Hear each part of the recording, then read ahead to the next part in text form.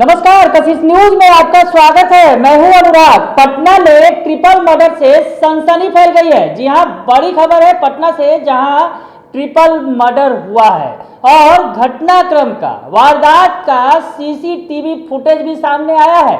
और CCTV footage देखकर आपका भी दिल दहल जाएगा।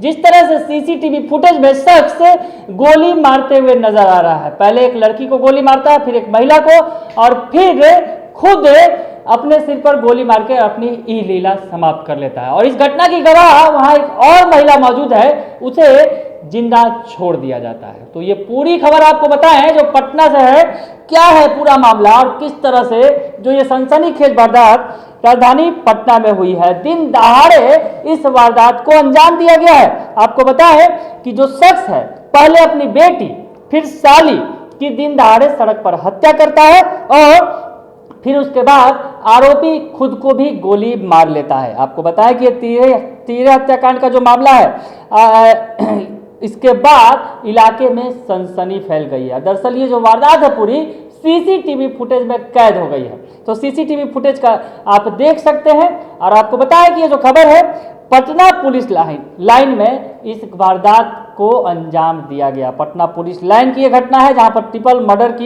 का ये जो सनसनीखेज वारदात सामने आया है। आपको बताएं कि घटना के तुरंत बाद मौके पर बड़ी संख्या में पुलिसकर्मी पहुंच गए और पुलिस ने मामले की जानकारी ली है। मामले की छानबीन की जा रही है। आपको पूरी बात बताएं, जो मृतक महिला है वो पटना सचिवालय में काम करती थी।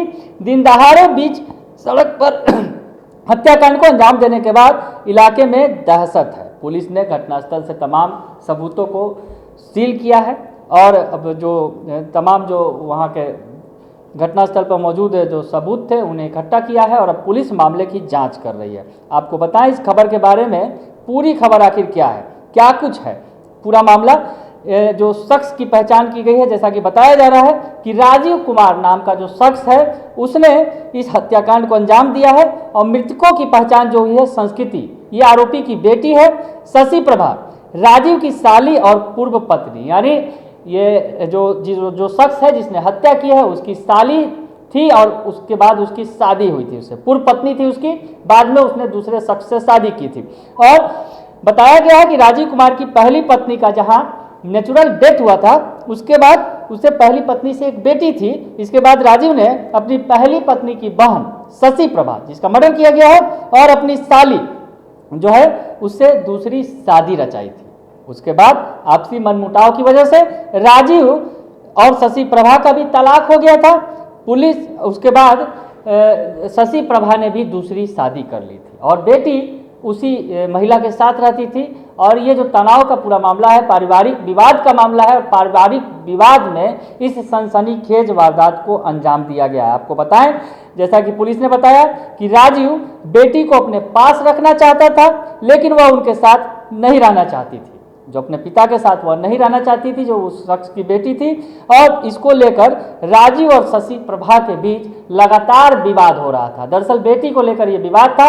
बेटी को वो शख्स अपने साथ रखना चाहता था, लेकिन शशि प्रभा जो उसकी सौतेली माँ थी वो ऐसा नहीं होने दे रही थी। और इसी कलह को लेकर दोनों के बीच बाद में तलाक भी हुआ और तलाक के बाद मामला अब यहाँ तक पहुँच गया कि इस सनसनीखेज वारदात में, ट्रिपल मर्डर केस में तीनों की ही जान चली गई, यानी पूरे विवाद को जड़ से ही मिटा दिया गया। तो ये सनसनीखेज वारदात पटना की है। हम आपको बता रहे थे ये जो खबर कि किस तरह से पारिवारिक विवाद में ट्रिपल मर्डर की घटना को अंजाम दिया गया। शख्स ने पहले बेटी की हत्या की, उसके बाद जो साली जो उसकी पूर्व पत्नी थी उसकी हत्या की, और उसके बाद खुद की भी ई लीला समाप्त कर ली।